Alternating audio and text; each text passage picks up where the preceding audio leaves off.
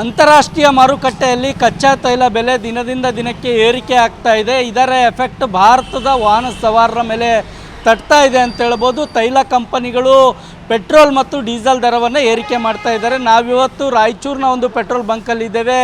ರಾಯಚೂರಲ್ಲೂ ಕೂಡ ಪೆಟ್ರೋಲ್ ಮತ್ತು ಡೀಸೆಲ್ ದರದ ಮೇಲೆ ಏರಿಕೆ ಆಗ್ತಾ ಇದೆ. ಕಳೆದ 10 ದಿನಗಳಲ್ಲಿ 4 ಬಾರಿ ಪೆಟ್ರೋಲ್ ಮತ್ತು ಡೀಸೆಲ್ನಲ್ಲಿ ಏರಿಕೆಯಾಗಿದೆ. ಇನ್ನು ಮೇ 15ರಿಂದ ನಿರಂತರವಾಗಿ ಪೆಟ್ರೋಲ್ ಮತ್ತು ಡೀಸೆಲ್ ದರದ ಮೇಲೆ ಏರಿಕೆ ಆಗ್ತಾ ಇದೆ. ಪೆಟ್ರೋಲ್ ದರ ನೋಡೋದಾದರೆ ಮೇ 15ರಂದು ಪೆಟ್ರೋಲ್ಗೆ 1 ಲೀಟ್ರಿಗೆ ₹3.27 ಏರಿಕೆ ಮಾಡಿತ್ತು. ಇನ್ನು ಡೀಸೆಲ್ಗೆ ₹3.11 ಏರಿಕೆ ಮಾಡಿತ್ತು. ಮೇ 19ರಂದು ಪೆಟ್ರೋಲ್ ಮತ್ತು ಡೀಸೆಲ್ ಮೇಲೆ 94 ಪೈಸೆ ಏರಿಕೆ ಮಾಡಿತ್ತು. ಮೇ 23ರಂದು ಪೆಟ್ರೋಲ್ ಮೇಲೆ 1 ಲೀಟ್ರಿಗೆ 88 ಪೈಸೆ ಏರಿಕೆ ಮಾಡಿತ್ತು. ಡೀಸೆಲ್ಗೆ 94 ಪೈಸೆ ಏರಿಕೆ ಮಾಡಿತ್ತು. ಇವತ್ತು ಮತ್ತೆ ಪೆಟ್ರೋಲ್ ಮತ್ತು ಡೀಸೆಲ್ ಮೇಲೆ ₹2.81-83 ಏರಿಕೆ ಮಾಡಿದೆ. ಇವತ್ತು ರಾಯಚೂರಲ್ಲಿ 1 ಲೀಟ್ರ್ ಪೆಟ್ರೋಲು ₹112.07 ಸಿಗ್ತಾ ಇದೆ. ಇನ್ನು ಡೀಸೆಲ್ ಬಂದುಬಿಟ್ಟು ₹99.90 1 ಲೀಟ್ರ್ ಡೀಸೆಲ್ ಸಿಗ್ತಾ ಇದೆ. ಪೆಟ್ರೋಲ್ ಮತ್ತು ಡೀಸೆಲ್ ದರ ದಿನೇ ದಿನೇ ಏರಿಕೆ ಆಗ್ತಾ ಇದೆ. ಕಳೆದ 10 ದಿನಗಳಲ್ಲಿ 4ನೇ ಬಾರಿಗೆ ಪೆಟ್ರೋಲ್ ಮತ್ತು ಡೀಸೆಲ್ ದರದಲ್ಲಿ ಭಾರಿ ಏರಿಕೆ ಆಗಿದೆ. ಪೆಟ್ರೋಲ್ ಮತ್ತು ಡೀಸೆಲ್ ದರ ಏರಿಕೆ ಆಗಿರೋದ್ರಿಂದ ವಾಹನ ಸವಾರರು ಹಲವು ರೀತಿಯ ಅಭಿಪ್ರಾಯಗಳನ್ನು ವ್ಯಕ್ತಪಡಿಸ್ತಾ ಇದ್ದಾರೆ. ನಾನು ವಾಹನ ಸವಾರನ್ನೇ ಮಾತಾಡಿಸ್ತೀನಿ. ಸರ್, ಈಗ ಪೆಟ್ರೋಲ್ ಮತ್ತು ಡೀಸೆಲ್ ದರ 10 ದಿನಗಳಲ್ಲಿ ₹7 ಏರಿಕೆ ಆಗಿದೆ. ಏನು ಹೇಳ್ತೀರಿ ಸರ್? ಇದು ಸಮಸ್ಯೆ ಥ್ರೂಔಟ್ ವರ್ಲ್ಡ್ ಇದೆ. ನಮ್ಮ ಒಂದು ಕಂಟ್ರಿದ ಒಂದಲ್ಲ, ಇದು ಇಂಟ್ರೆಸ್ಟ್ ಆಫ್ ದಿ ಕಂಟ್ರಿ. ಏನು ಮಾಡ್ಯಾರ, ಚಲೋ ಮಾಡ್ಯಾರ. ನಮಗೇನು ವ್ಯತ್ಯಾಸ ಬರೋಂಗಿಲ್ಲ. ನಾವು we are with the prime minister. ಅವ್ರೇನು ಮಾಡ್ಯಾರ, ಚಲೋ ಮಾಡ್ಯಾರ. ನಮಗೇನು ಆಯ್ತು, ಪ್ರಾಬ್ಲಮ್ ಇರ್ತದೆ. But in the interest of country ನಾವು ಇದಕ್ಕೆ ಅಕ್ಸೆಪ್ಟ್ ಮಾಡ್ತಾಯಿದ್ದೀವಿ.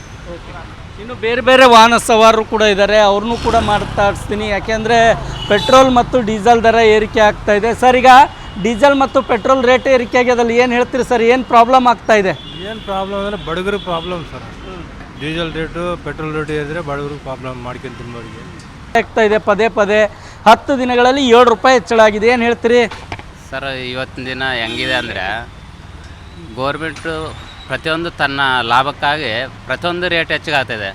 ದಿನಗೂಲಿನಲ್ಲಿ ಯಾವುದೇ ಹೆಚ್ಚಳ ಆಗಿಲ್ಲ. ಅವ್ರು ಮಿಡಿಲ್ ಜನರು ಬದುಕೋದೇ ಭಾಳ ಕಷ್ಟ ಆಗಿದೆ. ಪ್ರತಿಯೊಂದು ರೇಟ್ ಹೆಚ್ಚಾಗ್ತಾ ಇದೆ. ಆದರೆ ಸ್ಯಾಲ್ರಿ, ವೇಜಸ್ ಯಾವ ಹೆಚ್ಚಾಗ್ತಾ ಇಲ್ಲ. ಇವತ್ತಿನ ಕೆಲಸನೂ ಸಿಗ್ತಿಲ್ಲ.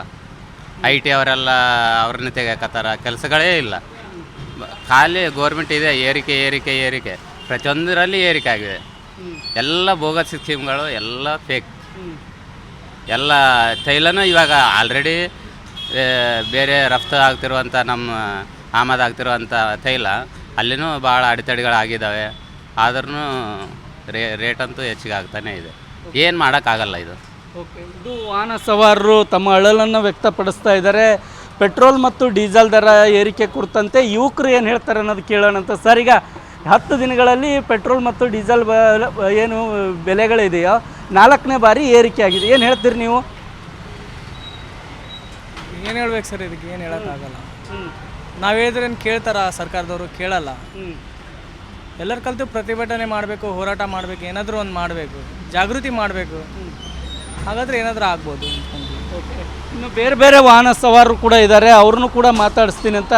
ಸರ್, ಪೆಟ್ರೋಲ್ ಡೀಸೆಲ್ ಬೆಲೆ ಏರಿಕೆ ಆಗಿದೆ. ಏನು ಹೇಳ್ತೀರಿ? ಈಗ 4ನೇ ಬಾರಿ ಏರಿಕೆ ಆಗಿದೆ 10 ದಿನದಾಗ. ಹೌದು ರೀ, ಏರಿಕೆ ಎಲ್ಲ ಕಡೆ ಆಗಿದೆ. ಇಲ್ಲೊಂದೇ ಅಲ್ಲ, ನಮ್ಮ ಭಾರತ ದೇಶದಾಗ ಒಂದೇ ಅಲ್ಲ, ಎಲ್ಲ ಪ್ರಪಂಚ ತುಂಬ ಆಗಿದೆ. ಏನಂತೀರಿ ಇದಕ್ಕೆ? ಏನು ಅನ್ನೋದು ಏನಿಲ್ಲ, ಎಲ್ಲ ಕಡೆ ಆಗಿದೆ, ಇಲ್ಲೇ ಆಗಿದೆ. ಹಾಂ, ಅನ್ನೋದೇನಲ್ಲ. ಇದು ವಾಹನ ಸವಾರರ ಮಾತಾಗಿದೆ.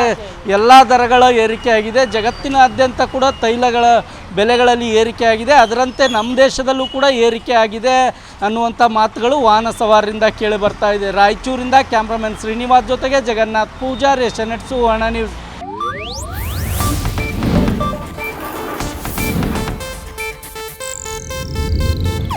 ಇದು ಏಷ್ಯಾನೆಟ್ ನ್ಯೂಸ್ ನೆಟ್ವರ್ಕ್ ಪ್ರಸ್ತುತಿ.